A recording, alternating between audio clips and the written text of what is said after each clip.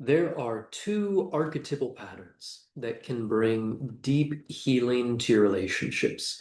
And in this video, I'm going to talk you through two images that reveal these archetypes in a very beautiful way. What you're going to find is that most of the relationship problems you encounter, they're going to come down to one or two of these not being fully expressed in the relationship. So again, when we get a sense of how these archetypal patterns work together, we can bring more healing to our relationships. And boy, the interesting thing about the word healing is it has these relationships to healthy and hale and whole and holy. These all have the same etymological roots. And so, boy, what if we could make our relationships more healthy? What if we could make our relationships more whole? What if we could make our relationships more holy? That to me is a very exciting possibility. So, what do I mean when I say archetypal patterns? This is an unusual word for folks, and I'm going to take an etymological reversion with archetypal, just as I did with healing. And archetypal has these two roots that essentially mean the old governing forms of something. Old governing coming from, it's like archai in the Greek. I can't speak to the actual Greek pronunciation, but close enough. And typos, meaning the form. And we get a sense then of what archetypal comes to mean. If something is archetypal, it is an old governing form of something.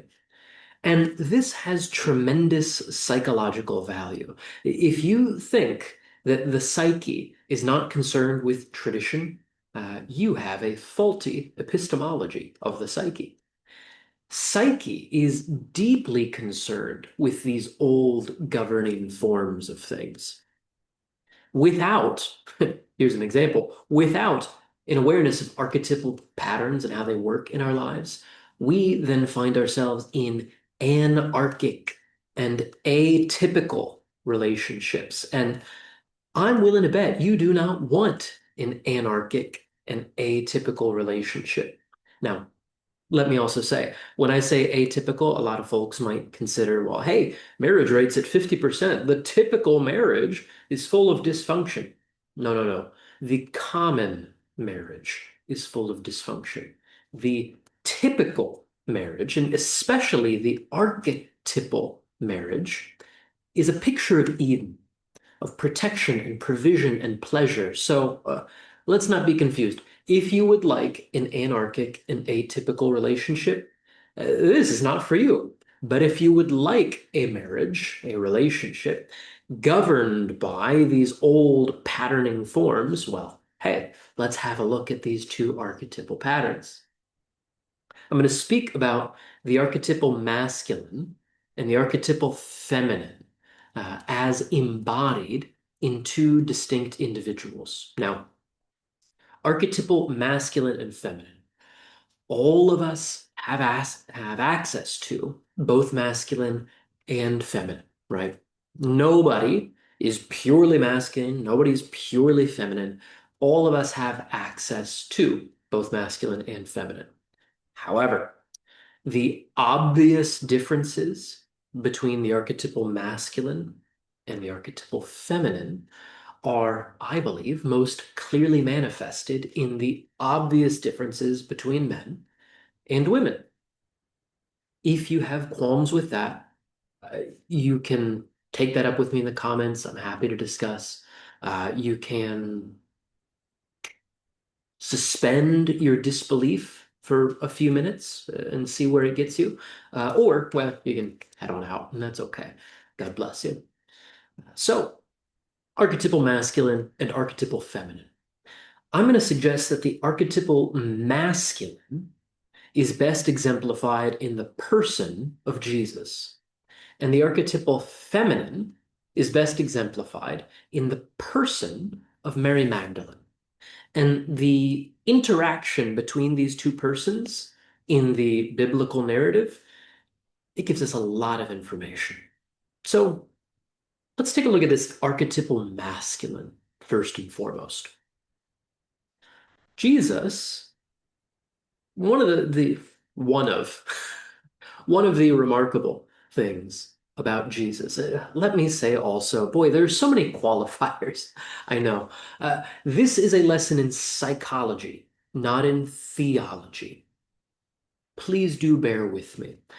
Also, let me give the obvious disclaimer that I am not your therapist, I am not your pastor. I am a psychocultural practitioner. So consider this of educational value. Yeah? Okay. One of the remarkable things about Jesus as a person is that who he was made so obvious by the deep congruence between what he said and what he did. There was no break between what he said and what he did, no static, no mismatch. What he said and what he did were so deeply aligned that who he was presented itself without any clutter through his words and through his actions. We have, for example, the idea that the Word became flesh and dwelt among us. Yeah, so be it. So it was. He said a great deal, and what he did backed what he said. Uh, Here, I will now suggest that part of the archetypal masculine is assertion. Assertion is not just empty talk. Assertion is speech followed by, reinforced by, made evident by action. It's, how do we want to say? It's calling your shot. It's calling the shot and then nailing it, right? It is perfect alignment between words and deeds. That was, again, one of not maybe not the most, but one of the most remarkable things about the person of Jesus. Total alignment between what he said and what he did, all of which was remarkable, miraculous, unprecedented. Yeah.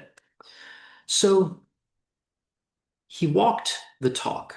He was talking quite a bit, but his actions bore evidence to what he said.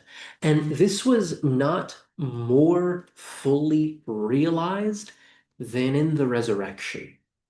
So he said a great deal, and he spoke often about his impending death.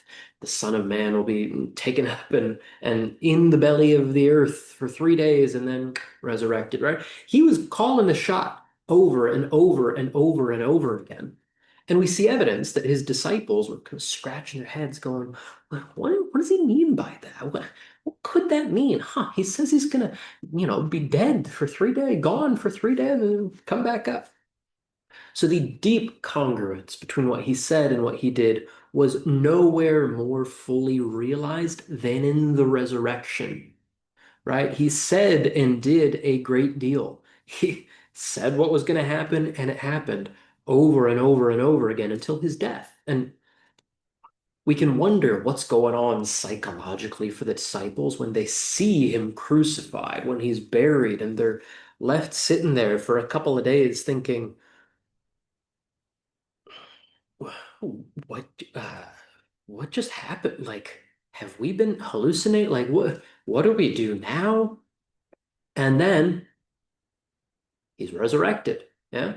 So it's very important for us to recognize that the person who had the first moment of this fullest realization, the person to whom this was made most evident, was the person of Mary Magdalene. So Jesus embodied this assertion, which I'll say is the archetypal masculine, the deep congruence between what you say and what you do. That, I'll say for now, is the archetypal masculine. And again, that was not made more evident in its fullest realization to anyone other than the person of Mary Magdalene, the first person to whom Christ presented himself upon his resurrection. There's the moment in toward the end of John where Mary's at the tomb and she turns and she sees him, doesn't know that it's him, thinks he's the gardener, and then, wow, oh, it's you, Jesus, incredible, amazing, wow. So the thing that Mary did, which embodies the archetypal feminine, is she had the appreciation of who Jesus was and what Jesus did. Now, appreciation has three distinct meanings here. The first and the foremost of these in the narrative, let's say, is recognition. To appreciate something is to recognize something for what it is. Yeah. So I can appreciate that it is light outside by virtue of my whole optic system. Uh, I'm able to recognize that it's daylight. Yeah. So first meaning of appreciate is to recognize. The second meaning of appreciate is to express gratitude. Now, we know elsewhere in the biblical narrative that Jesus cast out 7 demons from Mary. However we interpret that, what we can say quite clearly implied by that is that Mary was deeply, deeply troubled. Jesus cast out these 7 demons. I don't think it's such a leap of faith to say that she was probably pretty appreciative, right? She probably gave thanks. And we know this kind of by the fact that she like then followed him along and had a very serious role in his ministry. She was present at the crucifixion, at the burial, bringing the spices, the herbs, and at the resurrection. Like those are important clues. That's called information. Yeah. So she recognized him for who he was. She, I'm certain, gave thanks to him for who he was and what he did. And the third meaning of appreciate is to increase in value. Our investments, for example, appreciate across time. With the passage of time, when something appreciates, it increases in value. So we have the archetypal feminine embodied in this case in the person of Mary Magdalene, who provides this function of appreciation, recognition of something, giving thanks for something, and seeing it increase in value across time. This I'll consider is the role of the archetypal feminine. And again, I imagine some people are going to have a hard time with this, and but men can do other things and women can do other things. And yes, please remember, all of us have access both to feminine and masculine qualities. We always, all the time, everywhere, embody some admixture of masculine and feminine traits. Again, what I'll suggest is that these are most clearly manifested in the differences between men and women. And again, we can have qualms with archetypal patterns. Archetypes don't really care about our personal preferences.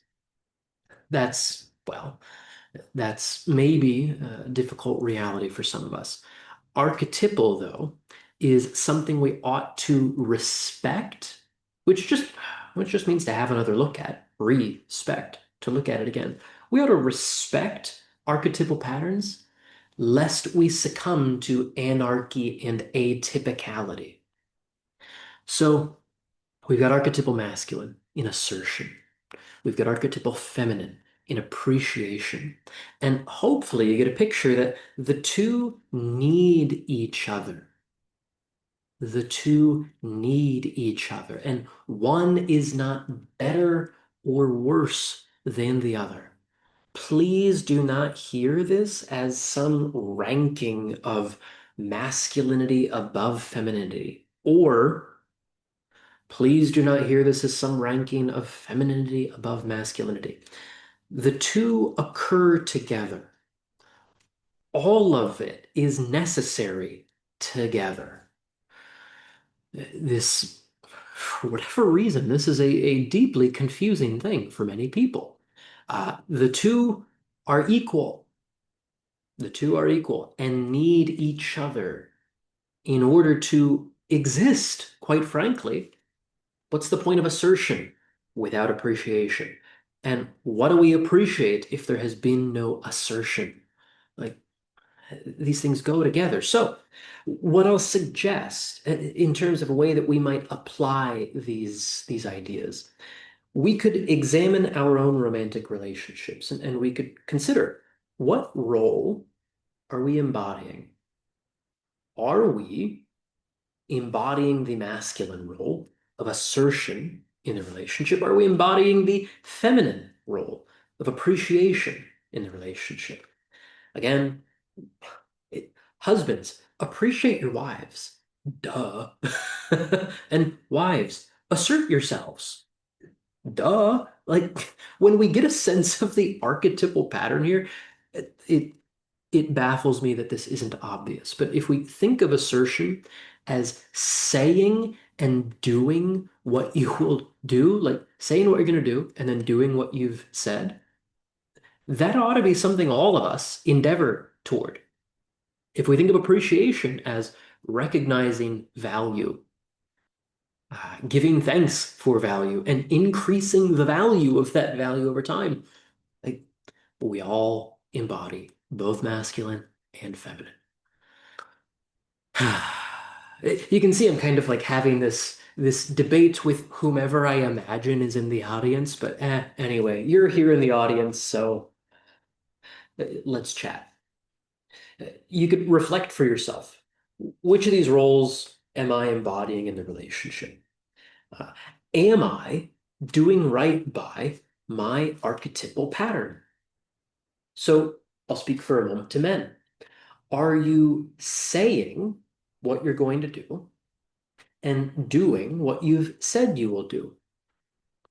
Fellas, the difficult thing that many of us have to realize is that women are so unconcerned with what we say if it is not embodied and enacted in our actions. Again, looking to Jesus, the Word became flesh and dwelt among us. Yeah. So a lot of us would do well to shut up, to say less.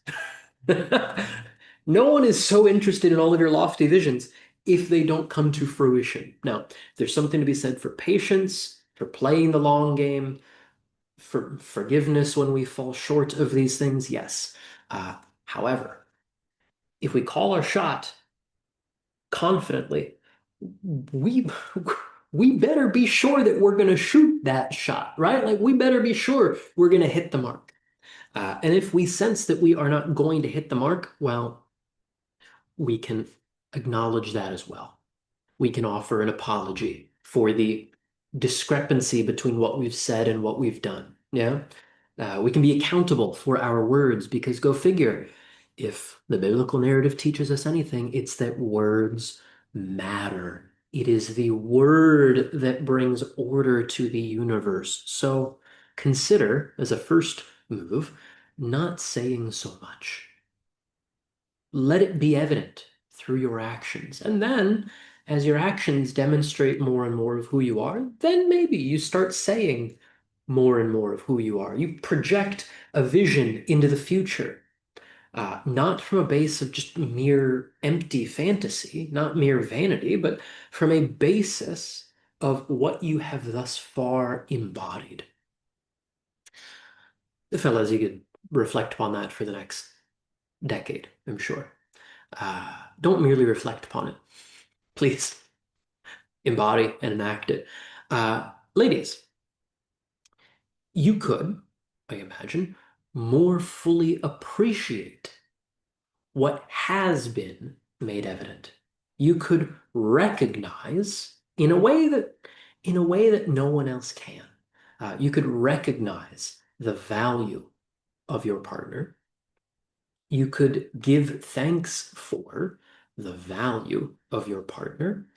And you could then, across time, enjoy the increase in that value. When I'm engaged in counseling with couples, I will often say, uh, men are very easily trained through positive reinforcement. Uh, we like being appreciated. Everybody does. Yes, everybody values being appreciated. Again, archetypal masculine, archetypal feminine, we've all got both. Yeah. So have you recognized the value of your partner? Have you expressed gratitude for the value of your partner? And then have you patiently watched across time as that value increases? These things can make such a difference. It can make such a difference in how a relationship functions. Now, to go back to the person of Jesus with respect to the person of Mary, we see in Scripture that Jesus cast out seven demons from Mary. Uh, Again, I mentioned this is psychological, not theological. So, uh, solve important life-changing problems for a person, and then watch how much they appreciate you. Like, fellas, for example, if you feel like you're not being appreciated in your relationship, maybe you haven't done anything worthy of appreciation. Like, I know, I know that might hurt to hear. The truth is, if values are not enacted, they are without value. So maybe you haven't done anything of value. That might be a bitter pill to swallow. Uh, Nevertheless, it's better to come into contact with reality as it is than remain caught in delusion. So, boy, fellas, if you want more appreciation, maybe do stuff that is life-changing for the person in your life. There's a thought. And look, if you find that you're doing and doing and doing and doing and doing things and not being appreciated for it, a couple of things might be at play. One, you might be doing the wrong things, things that you think matter, but don't actually matter to the other person. Um, there's no record of Jesus necessarily, I don't know, fixing Mary's car or engaging in like little repairs around the house, like whatever the case is. Clearly, that was a silly example. I hope it holds up. If it doesn't hold up, forgive me for a silly example, but Jesus did something for Mary that mattered to her. I imagine. I don't know for sure. But if I imagine that I'm possessed by seven demons and someone casts those out, what's going to change my life more than that? Yeah. So you don't have to do seven life-changing things for your partner, but maybe do one. And if you're doing things that aren't being appreciated, again, maybe you're doing things that don't matter to the person, that don't actually change their life at all. You could do a radical thing and ask them what you could do to be a better partner, what you could do that would have life-changing import for them. And then you could listen. Go figure. So again, I mentioned that's one of the things. You might be doing things that don't actually matter to the other person. The other possibility is that you're doing things that matter, but they are actually failing to appreciate it, in which case you could make that evident to them as well. And you could say, hey, I've done this and this and this and this and this, and this, and this, and that, and that, and that. And it seems to me that you don't appreciate all of that. You don't have to be like punitive and sadistic and tyrannical. That could just say, hey, the fact is, I've done this and that and that and that and that and that and that and that. And you still seem upset with me, dissatisfied with me. We still seem to be having these conflicts. Given that I've done all of this and I haven't heard you say thank you, it seems to me that maybe you don't appreciate all of this. Is that true? Now, look at what I've done. I've framed this as a hypothesis. It is a question because you don't know how the other person feels, but maybe you have an idea that they don't appreciate it based on the fact that they haven't expressed appreciation. So if you say that, look, I've done all of this and I haven't heard you say thank you. And I have this idea that you don't appreciate what I've done. Is that true? Maybe they tell you, yeah, I don't. None of that matters to me. In which case, ouch, but at least you know something more, and you could then engage in a kind of negotiation to see, like, well, what does matter? What could I do? Your feelings would be hurt, but you'll survive hurt feelings. Um, or maybe they say, no, of course I appreciate that. Yeah, in which case you could say, hey, um, if you appreciate it, could you express it? And again, we're people learning how to be people with one another. None of us know how to be in relationships. Like we're figuring out how to be a man and a woman. We're figuring out how to be a husband and a wife. We're engaged in this together. We both need each other. Uh, so act like, right? Like act like we need each other and help each other in that process. Um, that I'll speak to women on this side then. If you find that your partner is not engaged in assertion, um, which again, I'll consider for the time being deep congruence between what they say and what they do. Uh, I hope to God you haven't married the person yet. Like, I hope you haven't accepted a marriage proposal from someone who finds their words and actions aren't in alignment. Uh, Run.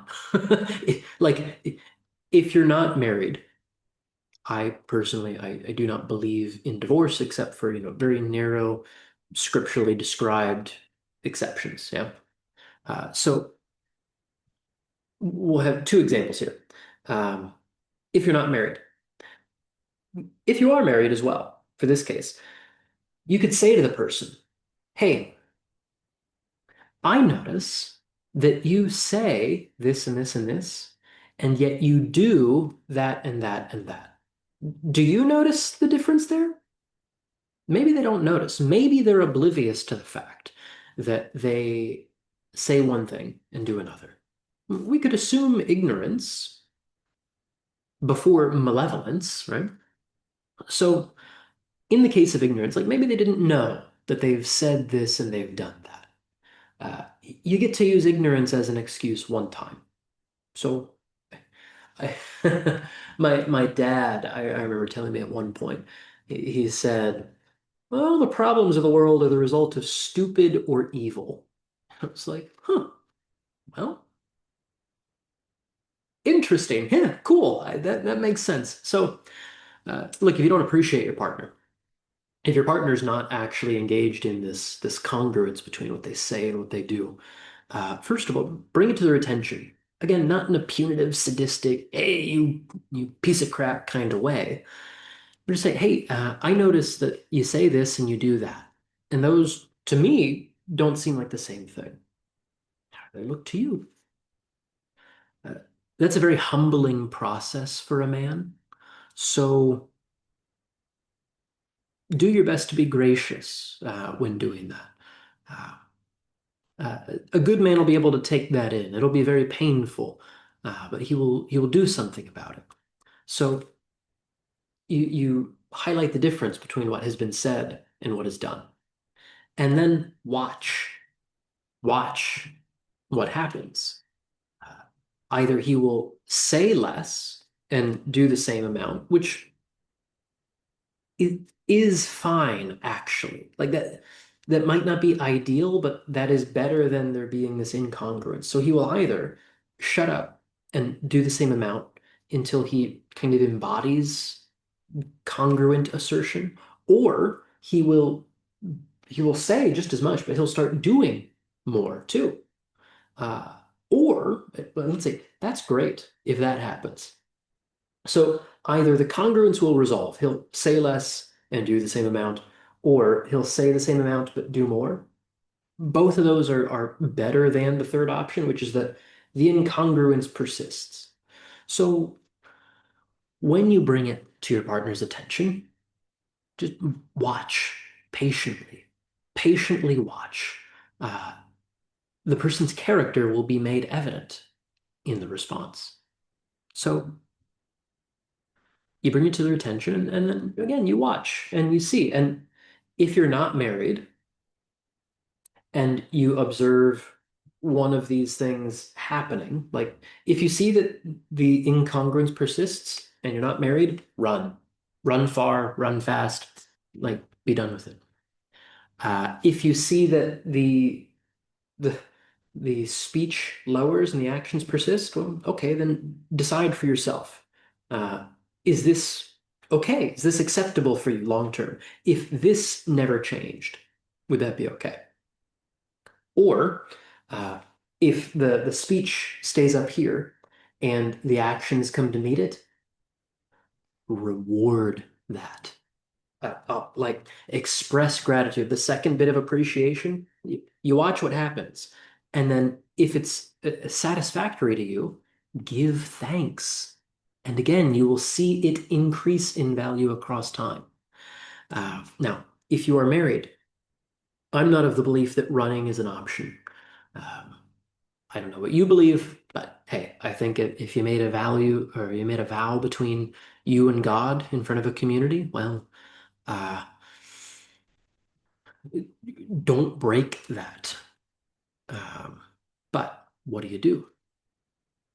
What do you do? Well, again, you can bring it to the person's attention that there is a discrepancy between what is said and what is done. And again, you can watch how they respond. Um, as I mentioned, one of three things will happen. They will shut up, but they will do the same amount. And so at least, hey, there's congruence between what they say and what they do. Um, In which case, again, you might acknowledge that. You might say, "Hey, I appreciate the fact that like these things are in alignment." Now, they might do more. Again, they might find the other kind of congruence. They'll say just as much, but hey, they're backing it up. Again, appreciate that. Give thanks. Or the incongruence will persist. In the latter case, uh, I hope you're a part of a community where this could be brought to the attention of the community. Um, I am all for patience and forbearance and patience and forbearance, uh, and I am all for qualified rebuking of bad behavior. Um, Men need correction, typically by other men. I'll say that like, am I going to get into trouble on this one? No, I don't think so. No, women don't raise men. Men raise men. Women don't initiate men. Men initiate men. If a man is not embodying the archetypal masculine assertion, the congruence between what he says and what he does, um, uh, other men will make that very clear to him. Uh, Men have very little tolerance for a man who says one thing and does another. Women are often more forgiving of that over and over and over again. God bless them. Um, that gets very quickly corrected by other initiated men. Uh, Lord knows there's a whole lot of boys walking around acting like men. Speaking from personal experience, like I'm I'm not going to judge or condemn anybody for doing that. It's very easy to be a boy as an adult when we lack initiation. But anyway, that gets us a little far afield. What am I getting at here? Most of the problems that I have encountered as a person in relationships across time and as a professional engaged in the counseling of people in relationships, uh, comes down to a failure of one of these two archetypal functions. There is a failure to assert oneself and bring alignment to words and deeds, or there's a failure to appreciate. If you're pretty sure that you're doing the one of those better, just have a moment to reflect. Are you doing the other of those as well? Because again, we all have access to both. So this is not a pass to say, men, you can just assert yours. So long as you're doing what you say you're going to do, you don't have to appreciate your wife. No, that's stupid. Like, that doesn't make any sense. That's just bad advice. Like you're missing out on a great opportunity to get more of what you value through appreciation of it. And likewise, this is not to say, hey, women, just so long as you're appreciating what your husband is doing, you're off the hook from assertion, from saying and doing in alignment. No, no. Uh, when what we do and what we say are in alignment, that's how the fabric of reality holds together. So again, you look to see if you're doing both of these things. I'm of the belief, call me old-fashioned, I'm of the belief that these map most clearly and most cleanly onto the differences between men and women. Masculine onto the men, feminine onto the women. Let's debate it in the comments. Sure. Actually, I don't know if you'd be watching at this point if you weren't in some agreement to that, but hey, whatever. But since we all contain both, fellas, by all means, work out the assertion thing. I would say lean into that. Like appreciation is going to be good, but lean into getting what you say and what you do in alignment. It's going to go much better. Likewise, women, lean into the appreciation aspect. Now, don't neglect assertion in that case, but lean into that. This archetypal mapping, I think it's there for a reason. Again, when we ignore archetypal patterns, that's when we find ourselves subject to anarchy and atypicality. And I don't think you want that in a relationship.